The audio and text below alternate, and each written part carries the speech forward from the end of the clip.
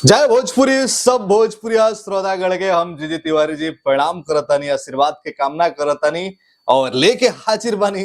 3 गो reaction कर चुकल बानी, जरूर देखम जा।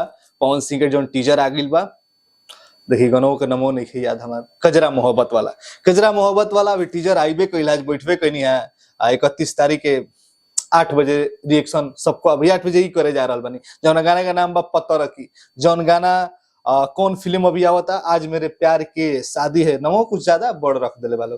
ओ रापचिक भोजपुरी में जौन टेलर आइल बा, जौन के व्यू भी आप लोग बहुत कम दिल बनी, ज्यादा से ज्यादा टेलर के देख के वायरल करी जा, ठीक बा। जौन गाना के नाम आज हमार प्यार के शादी बा, फिल्म के गाना है पत्थर की, जिसमें महिमा सिंह भोजपुरी के सुपरस्टार एक्ट्रेस बाड़ी। एल्बम इंडस्ट्री में खूब इनकर नाम चिन्ह बाटे और इनकर बोल्ड अदा देख के युवा जे बाड़े लड़का बाड़े पगलाई रहे सो।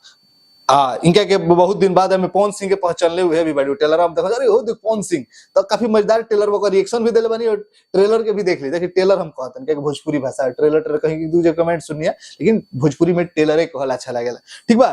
तो बहुत जबरदस्त गाना बा। हल्का साउंड खेसारी जी के फैन भी जे हो लोग, हल्का साउंड वो लोग डिमांड पे भी वो लोग रिएक्शन हो चुकल बा। और पवन सिंह के वो वाला जो टीजर है ओकरो रिएक्शन हो गइल बा। अभी रिएक्शन कब रिलीज हुई से बता देबे नहीं, सब कुछ के आप लोग बाद में भी जाके देखो के लेम जा। और ये पत्थर की गाना का भी जो रिएक्शन कर रहल बनी 8 बजे 31 तारीख के, तो चली देख लीजिए। जब गाना रिलीज भइल अगर व्यू हमार लागत अभी 2.5 लाख के आसपास में बाटे, ठीक बा। तो आप लोग आज शायद रिलीज भइल बाटे। और पवन सिंह के गौरू गाना के चर्चा चलिए रहल बबुआन जौन की सूर्यवंशम गाना जब से फिल्म रिलीज भइल बानू तब से वो गाना वायरल हो गइल बा, सिनेमा हॉल से लोग काफी डिमांड करल बा। तो गाना 1 तारीख के रिलीज हो जाई। अब हो सकता ई रिएक्शन पहले रिलीज हो जाए, चाहे हो सकता कि 31 काल आई गाना, तो गाना बहुत डिमांड में बा, तो पक्का हम रिएक्शन करब। हो सकता वो गाना के रिएक्शन भी आप लोग देख लेम जा, ओकर बाद ये रिएक्शन आप लोग के देखे के मिली। लेकिन फिर भी देखम जा, समझ जाइम जा, ऐसे पूरा बात बता देबे नहीं, ज्यादा बकवास ना करते हुए। हमें भी तनी शरीर में दर्द बा, काफी मेहनत आदमी कहीं थाक के आइल बा, ऐसे मेहनत आदमी खूब करला, कुछ मिले वाला ना। तो आप लोग लाइक कमेंट शेयर तीनों को आप लोग के प्यार मिलेला, देखा कि ज्यादा एकदम दबा के करेगा। और सब्सक्राइब भी कर लम जा, नया रिएक्शन है आप लोग फटाक देखे के मिली। चलिए रिएक्शन शुरू कर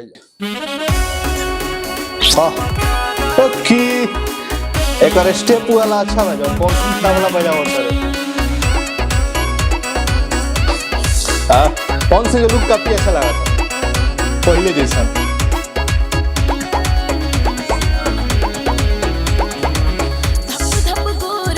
अच्छा तो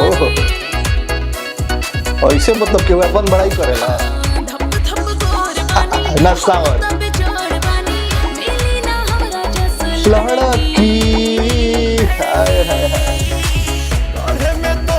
कमन माटी लागल पत्थर की। कौन सी गाना हो क्या गुनगुना में कमन माटी लागल पत्थर की।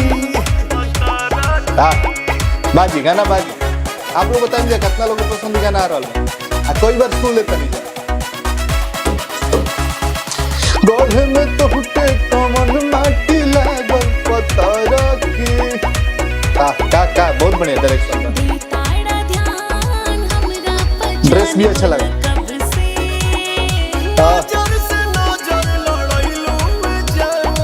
जब से बैकग्राउंड देखिए डांसर लोग अच्छा लगा था, बढ़िया लगा। कब से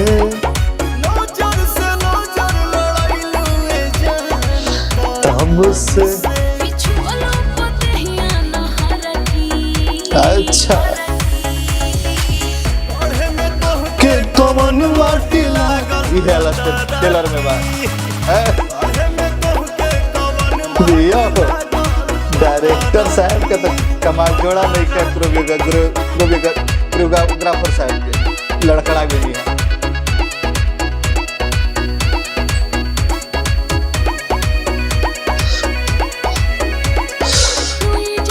गाना अच्छा बा। हो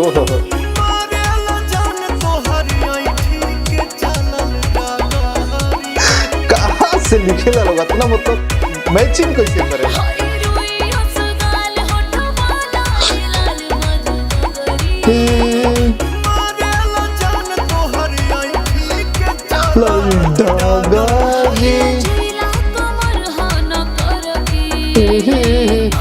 बड़ा बढ़िया बैकग्राउंड देखना अच्छा लगा। कवन माटी लागल पता रखी, तोहके कवन माटी लागल पता अब हिट हो जाइबो, टेंशन ना लो। के हिट कराओ पर ध्यान दी महिमा सिंह के, जरूर बताइए जा। ट्रेलर भी काफी नया कॉन्सेप्ट पे बा, अच्छा बा, और गाना सच में एल्बम लेवल के गाना बा। जितना एल्बम भले करो भी प्रचार उचार ना हो पाए, लेकिन हमार रिक्वेस्ट बा आप लोग गाना के सुनी जा, शेयर करी जा, ज्यादा से आप लोग अगर बानी जा तो शेयर भी करी जा, ताकि वायरल हो। गाना में दम बा, कितना बढ़िया ओकरो मतलब बैकग्राउंड में लइका लइकी लागत लोग, अच्छा लगता ना भी रहित लोग तो गाना चली, लेकिन अच्छा लागेला नु और चीज तनी बनावल जाला, मेहनत लागत है कि डायरेक्टर कोरियोग्राफर पर मेहनत कइले बाड़े, अच्छा लगा था गाना। अहो लोग उम्मीद रहे कि गाना वायरल हो सकता है, गाना एकदम एल्बम और फिल्मी गाना नहीं गेला, एल्बम के गाना नहीं लगा था। अब बढ़िया से पवन सिंह एकदम मूड में गईले भी बड़े, और महिमा सिंह है बड़ी एल्बम इंडस्ट्री के सुपरस्टार। म्यूजिक छोटे बाबा दिले बड़े, कहीं के नहीं के लेजेंड आदमी बड़े, प्रोड्यूसर महेंद्र ओझा जी बड़े, और डायरेक्टर फिरोज खान। कहे bank two bank Pawan Singh कोई को फिल्म दिले बड़े, हम नाम ना ले हम पता चल के हुआ डायरेक्टर बा, लेकिन पहले बहुत सारे जो फिल्म आइल बड़े से मारधार एक्शन वाला, पाकिस्तान वाला सारा ये बनैले बड़े, बहुत ज्यादा फिल्म। लिरिक्स विनय निर्मल जी बड़े कमाल के, सैल्यूट, गजब के लिखले बनिला, आपके शब्द एकदम दिल छुआ, कितना बढ़िया कहबे के नहीं, कितना मैचिंग लगा था, माहौल के हिसाब से शब्द आप धल्ले बानी, बहुत बेहतरीन बा, सब मिला के जबरदस्त गाना बा, वायरल कराई जा, वायरल होके लायक गाना बा, बाजे लायक गाना बा, गली गली ना यूट्यूब सोशल मीडिया गली गली गांव घर हर जगह बाजे लायक गाना बा, हिट गाना बा। आप लोग भी जरूर ये गाना के हिट कराई जा, व्यू बहुत कम बा, और ट्रेलर के भी देखी जा, फिल्म जब रिलीज हुई वो भी देखम जा, ये हमार रिक्वेस्ट बा, कहे फिल्म कॉन्सेप्ट गाना सब अच्छा बा। जय भोजपुरी एकता बना के रखी जा।